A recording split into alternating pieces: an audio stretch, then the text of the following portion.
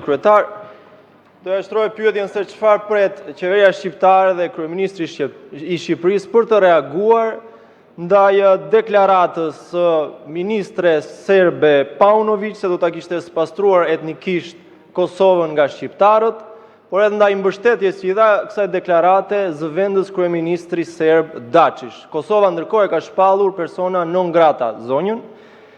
Doja t'ju rikujtoja se spastrimi etnik konsiderohet si krim kundër njerëzimit nga Statuti i Romës së Gjykatës Ndërkombëtare të Krimeve, është në shkeljet Konventës së Gjenevës vitit 49 dhe në shkeljet ligjit ndërkombëtar për të drejtat e njeriut, por mbi të gjitha deklaratat të tilla shoviniste janë në shkeljet të Republikës të Kushtetutës së Republikës së Shqipërisë, e cila në nenin 8.1 shkruan se Republika e Shqipërisë mbron të drejtat kombëtare të popullit shqiptar që jeton jashtë kufive të saj. Nëse kryeministri i Shqipërisë nuk mban qëndrim ndaj një deklarate për spastrimin etnik të popullit shqiptar që jeton jashtë kufive, atëherë për çfarë do mbaj qëndrim pra? Dua t'ju rikujtoj gjithashtu se nga salla e këtij kuvendi në tetor të vitit të shkuar, deputetët e mazhorancës rrëzuan propozimin e rezolutës që vinte nga opozita për njohjen e gjenocidit serb në Kosovë, dhe ky kryeministri juaj që nuk lini rast të thoni se ja përmendi miku të tij Vučićit pavarësinë e Kosovës, si ka mundësi që nuk thot një çerek llafi kur zëvendësi i mikut të tij Vučićit shprehet për spastrimin etnik të Kosovës.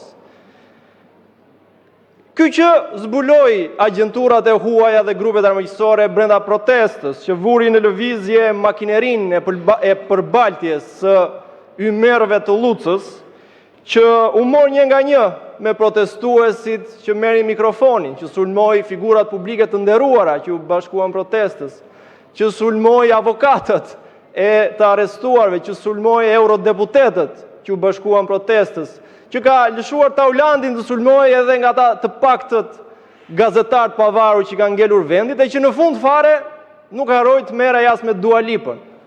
Pra, ky që merret me gjithë ta armiq të popullit, si ka mundësi që nuk mban qëndrim për një deklarat të ministre serbe për spastrimin etnik të shqiptarëve që jetojnë jashtë kufive tan pra.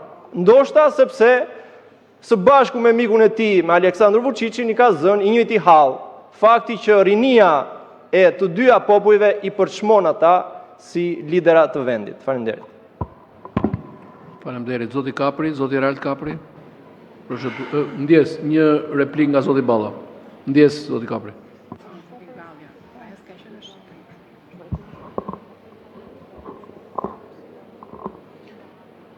Sa i përket një deklarate të jo vetëm papërgjeshme, por indinjuese dhe të rëndë të një antare të qeverisë së Serbisë, reagimi i qeverisë shqiptare ka qenë në kohë adekuat nga Ministria e Jashtme, në mënyrë të menjëhershme. Ndërkohë, këto janë çështje që nuk adresohen me karagjozllëk diletantësh politik, por janë çështje të një rëndësie kombëtare, që nuk mund tallemi për një aspekt procedural, që një kadet i ri në Kuvendin e Shqipërisë kujton se mund të marrë vëmendje politike. Ne nuk tallemi me çështjet kombëtare. Nuk jemi ne karagjos si puna jote. Dhe qëndrimin e kemi mbajtur në nivelin e qeverisë, nga ministri i jashtëm, e kemi mbajtur në nivel politik. Kam nderin të jem kryetari i këtij grupi parlamentar dhe kam reaguar shumë përpara teje, me që u bëm si kalamajt e kopshit këtu që duhet të themi kush ka reaguar. Ti ishe në gjumë kur kam reaguar unë, në emër të këtij grupi parlamentar, bashkë me ata që ke në atë kafazin tënd politik, dhe natyrshëm ky akt i dënueshëm është dënuar edhe nga autoritetet politike përfaqësuese me cilët ne komunikojmë, Komisionin Evropian, në gjitha nivelet, qoftë në nivelin e komisioneres Marta Kos, por edhe në të gjitha nivelet e tjera dhe Shqipëria kur reagon Përfundoni, lutem. por reagon bashkë me aleatët e vetë. Dhe prandaj është turp që të vish dhe të bësh politikë. Sa i përket Edi Ramës, ti dhe ata shokët e tuaj duhet lani gojën mirë, sepse Edi Rama është i vetmi kryeministër në historinë e këtij vendi që nga 1912 i cili çështjen e Kosovës e ka ngritur mes Beogradit dhe ka bërë me dije qartësisht edhe sfundmi në Bruksel, edhe në Beograd në tetor të vitit 2014 që Kosova është shtet i pavarur dhe Shqipëria mbështet fuqimisht, jo vetëm e ka mbështetur pavarësinë, sot mbështesim fuqimisht antarësimin e Kosovës në NATO, antarësimin e Kosovës në Bashkimin Evropian. Faleminderit. Faleminderit, zoti Erald Kapri. Faleminderit, zoti kryetar. Edi Rama nuk ka qenë kryeministri vetëm në Beograd, ka qenë dhe Enver Hoxha, kryeministri në Beograd. Dhe ashtu si Edi Rama, edhe Enver Hoxha hapi kufit me ish Jugoslavin, bën Ballkan të hapur, bën madje edhe një si monedhe, dhe ashtu dhe si Edi Rama, edhe Enver Hoxha heshte për Kosovën, pavarësisht se çfarë ndodhte atje, sepse Edi Rama ka pasur guximin të thotë qeveriu i Kosovës është tokë e askujt. Edi Rama ka paraqitur dhe plan alternativ për veriun, që se ka bërë të njohur më pastaj, dhe kryeministri i Kosovës Haradinaj ka thënë publikisht që Edi Rama më ka kërkuar të pranojmë ndarjen e Kosovës. Prandaj sa për porrallat e çështjes kombëtare ka fakte dhe tregojnë krejt të kundërtën. Ballkani i hapur nuk ishte asgjë më shumë, asgjë më pak se sa projekti i Enver Hoxhës për njësimin e Shqipërisë me ish Jugosllavin. Ndaj ku e gjen guximin ish ministrja serbe që edhe pas 25 vitesh të fyej rënd shqiptarët e Kosovës mos jofin genocidin atje. Sepse e din që ka një aleat në Tiranë, që hesht. Kjo është. Kërkojnë ta mbushin mendjen tani edhe me porralla kombëtare.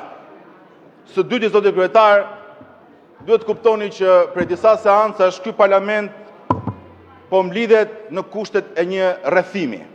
Qindra forca policie, makina të binduara e kanë rrethuar parlamentin. A thua se jemi në gjendje lufte apo është shpallur gjendja e jashtëzakonshme. U ka ngelur tani të nxirrni vetëm ushtrinë, s'u ka ngelur gjë tjetër. Si ka mundësi të mohoni për 46 ditësh ajo që po ndodh në bulevard? Atje është legitimiteti. Dhe ky parlament e ka humbur tërësisht. Tërësisht. Madje, dje u bëje e njohur dhe një fakt tjetër. Shfuqizimi i ligjit 21-24 që e bën me porosi me 10 deputet është kusht i panegocueshëm i Bashkimit Evropian për t'u hequr. Edi Rama deklaroi në krah të Marta Kosës që është ligji më i mirë që kemi pasur ndonjëherë dhe s'kemi ndërmend ta heqim. Pra qartësisht në krye të qeverisë nuk kemi vetëm një kryeministër antikombëtar i cili flirton me Vučićin sikur e ka shok bange, por kemi të bëjmë dhe një kryeministër që ka dalë kundër dhe hapur procesit të integrimit. Ai shesh po integron Shqipërinë dhe jo kjo qeveri që është bërë pengesë për shkak të interesave të errta të Edi Ramës. Dhe sa për frymëzimin, një protestë e madhe po ndodh në Hungari, po shohen për të ruajtur dhe atje zonat e mbrojtura me parullën Portugal is not for sale, sepse rinia shqiptare. Fundoni, ju lutem. Po thoja zoti kryetar që rinia shqiptare po frymëzon mbar botën dhe protesta e tyre po shikohet me një këshit të madhe dhe po mbështetet nga gjithë bota e civilizuar, ndryshe nga autokrati i fundit i Evropës do ketë fundin e të gjithëve njësoj si të tjerëve. Faleminderit. Faleminderit. Zoti Bido, zoti Ardit Bido, procedurë. Më vjen keq shumë që në këtë sallë të nderuar të kuvendit ne dëgjojmë populizmin i cili në fakt na vjen nga thirrjet revolucionare që kanë prodhuar vetëm gjak në histori. Populizëm ekstrem i cili tenton që të shbëj dhe historinë. Enver Hoxha, kur shkoi në Beograd, në fakt nuk foli për Kosovën. Enver Hoxha, kur shkoi në Beograd, në fakt diskutoi atë që ishte plani i kohës për Jugosllavinë e madhe, për Federatën Ballkanike që do përfshinte Bullgarinë dhe Shqipërinë. Ndërkohë që sot Shqipëria, një republikë e pavarur, ka kërkuar përmes kryeministrit Edi Rama në Beograd që Kosova, një republikë e pavarur, të njihet si realitet. Populizmi përkundrejt fakteve, sepse dëgjuam përfaqësuesit e një lëvizjeje që për mua është në kufite antikombëtares, të na fliste për Kosovën duke reaguar me orë të tëra vones, pasi kishin reaguar jo vetëm Ministria e Jashtme, po edhe shumica e grupit parlamentar të mazhorancës. Po kur vjen momenti për ta kthyer në fakt, ata mungojnë, sepse spastrimi etnik është i papranueshëm në çdo rast, e në rastin që ndaj kombit tënd, në çdo hapësirë gjeografike të kombit tënd. Kur vjen fjala për spastrimin etnik në Çamëri, që ky shtet e njeh si ditë genocidi ndaj shqiptarëve të Çamërisë, partizat e vogla munguan në këtë sallë të nderuar, ku ishin përfaqësues me shumicë të Partisë Socialiste, por edhe të opozitës zyrtare. Ata zgjodhën që në ditën që dënohet genocidi e në ditën që dënohet spastrimi etnik, të fshihen si struci dhe të zhduken. Kjo ka të bëjë në fakt me gjithë rrymën politike që ne shohim, sepse në fund të ditës është vetë fisi i një kolegut ton të panderuar këtu, që masivisht votonte për Fredi Belerin në zgjedhjet lokale në Himar, sepse Himara duhet të konsiderohej si një hapësirë e vorje pirotizmit, dhe më vonë, kur erdhi çasti për zgjedhjet përgjithshme, padyshim që votoi për një parti e cila me gjasme është kundër spastrimit etnik dhe genocidit. Fjala përkundrejt veprës.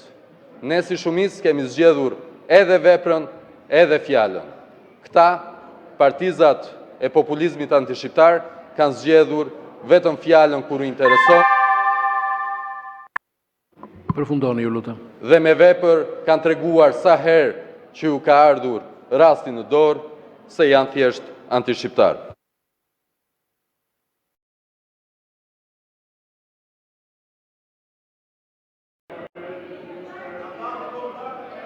Zoti Kapri, replik.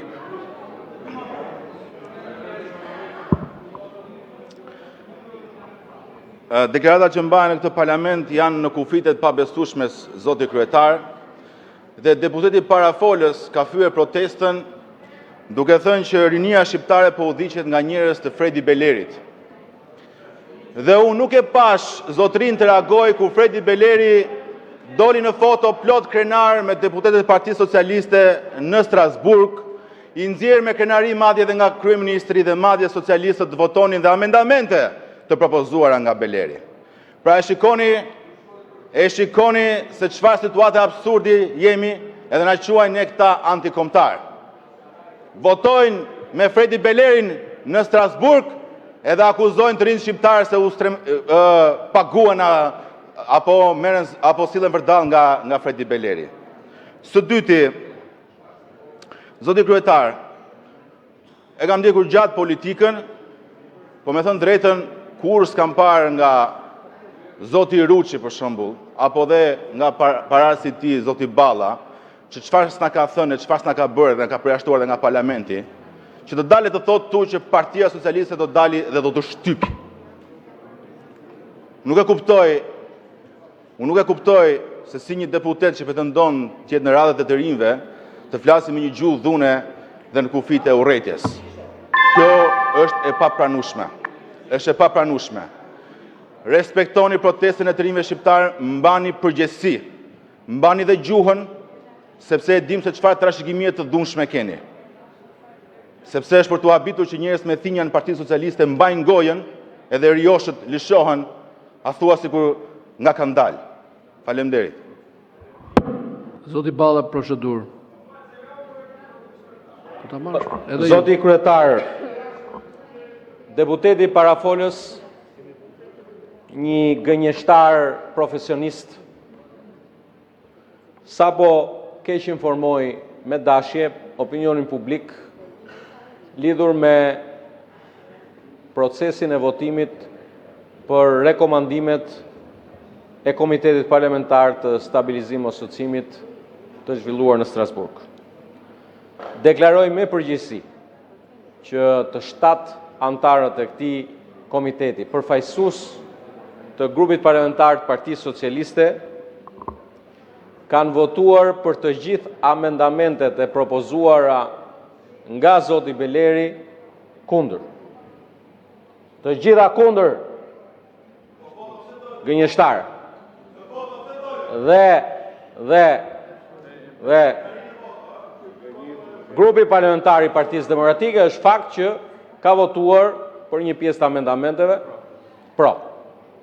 Ky është fakti. Ne kemi votuar për të gjitha, ndërkohë që sa i përket votimit në fund të rekomandimeve, pra të dokumentit integral, padyshim që ishte dokument për cilën unë isha dakordsuar me bashkëkryetarin Tarquino, se ishte dokumenti im. Tani unë nuk mund ta ndaloja dot një antar të Parlamentit Evropian që ai votonte pro.